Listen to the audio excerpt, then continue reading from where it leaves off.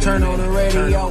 My homie got a new show and it's time to play it though. I hope you got in tune. He talking bigger business. He make a lot of moves. Welcome to the Startup Showcase. I'm your host, Scott Katoon. Thank you for joining us here on this it's a decent Saturday. I don't feel like this is a crazy winter. It's cold, but at least it's not snowing. So getting a lot of heaven. So we will be back after this.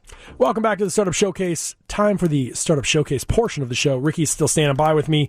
Naresh Mulchadani is on the phone. He's the CEO, founder of Fretch. You can check it out. I assume it's Fretch.com. If not, you should check out republic.co/Fretch, and you can play along with us, bust your wallets out, connect everything up so you can invest right alongside of us. Naresh, are you there? I am, yes. Awesome. Okay, so I think you know the drill here. We're gonna do a countdown, and then you're gonna have 1 minute to pitch your business, and then we'll do a little bit of Q&A, and Ricky and I are gonna ask you a little bit more about your business. Sure thing. Sound good? Yeah. Go for it. Hi, my name is Naresh. I run a company called Fretch in New York. So picture a 10-pound bag of rice. If you're South Asian like me, that 10-pound bag of rice, along with 100 other spices and condiments, is as essential as milk and eggs to me. But you can't really get this bag of rice in your neighborhood grocery stores.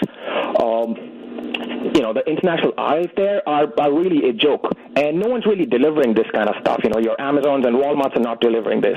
So this problem of high dependence on ethnic food, yet poor access, is one that's shared by many, many ethnicities, whether you're Indian or you're Chinese or Filipino or say you're Middle Eastern or you're South American.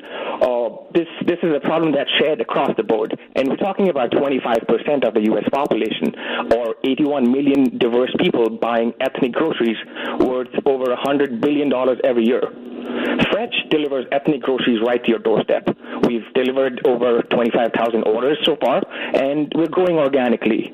We're doing over $1 million in annual revenue run rate right now, and we're highly scalable. And last bit, if I could add, is that we're profitable.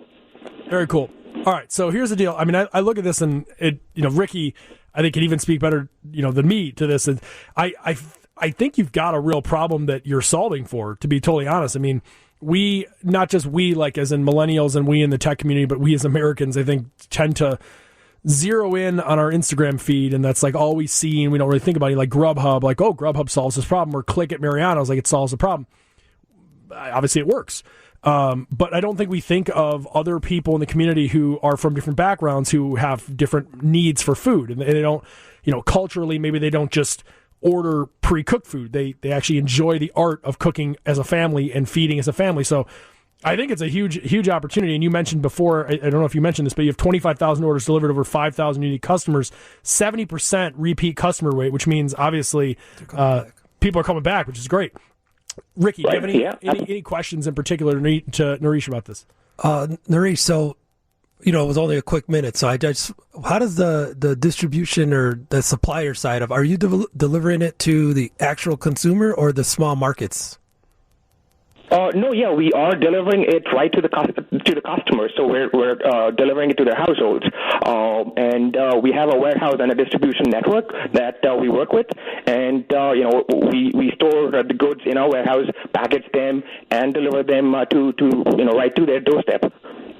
So one thing that kind of caught my eye about this pitch was, and if you could fill in the blanks here, I don't think most people, particularly those listening who might be considering this as an investment, I don't think they understand how the marketplace actually operates. Like, I'm used to going to Trader Joe's or whatever and getting my poison there and cooking all of my things or whatever it is. I don't go to marketplaces. I used to work in commercial real estate, and we had an Asian grocery that we put in there, and I was totally confounded by like how they actually filled the store, like what the times of delivery, especially if it's like very seafood heavy, was like really early in the morning. Mm-hmm. There's all kinds of weird things that go on. Walk us through how this solves that problem, whereas maybe, other people don't understand that. Right. So, I mean, there are logistics on our end that we have to work with, in terms of, what time the drivers get out, what time the drivers, get to the customers and so on. But, ultimately what you're trying to solve for is, absence of time or lack of time, where you have a busy family, you have kids going to school, and, have a working, husband and wife. They don't really have time to go, outside of their, of the city locations, just to get their own ethnic foods. So I am from India, so we really depend on cooking our own ethnic food. So, but the problem was that when I moved to Manhattan, we had to travel at least an hour one way just to get our ethnic goods, and that really was a personal problem that I was trying to solve. That's the thing that we're trying to solve here. Yeah, that's the thing that's really interesting to me is like that. I know this from just like random times that like my family would want to cook different kinds of food, whether it was Polish food or whatever it was. We would always have to drive to like Skokie or like ways away from where I was. There wasn't a place that I could just go to the store and get it. You got to go to Italian town or Greek town or Chinatown to get these things. It's not centrally located. So if you just look at the sheer like demographic makeup of any major city, like you talk about New York, obviously, but Chicago or wherever, I think that most people who would be your customer don't live right there next to wherever like their town is that they'd be able to get all this stuff. So I got to think you've got a gigantic market that you can serve. Right. Yeah, we think so too. I mean, so as I mentioned, it's we're talking 25% of the U.S. population that that we consider as ethnic or associates with an ethnicity, and the grocery store sales in the U.S. in the last year was about $640 billion, and if you look at just 10 to 15%, which our estimate is, that's a $100 billion market size that that we're looking at. So I mean, cool. It's like we all want instant gratification. Yes. So Fretch is the capacity as far as turnaround time on what a customer would expect. And I'm saying this because I know with Instacart, we've been experiencing now, you try to order your food first thing in the morning. Sometimes they don't have the capacity to deliver until the next day. I mean, how is that experience with you guys? Right. So, I mean, it's a little, fine line that you kind of have to walk. Of course, customers expect instant gratification. They expect 2-hour deliveries. That's not always possible, but, if it is to be possible, then it comes with a cost. The higher cost, a driver, driving, half hour just to get to one customer. So there is cost associated with it, which is, of course, going to come from the customer's pocket. Or they would be willing to, maybe work with the cost, lower the cost, agree to a slightly delayed delivery, and it's the customer's option. We provide those options, and it's up to the customer to pick what they like.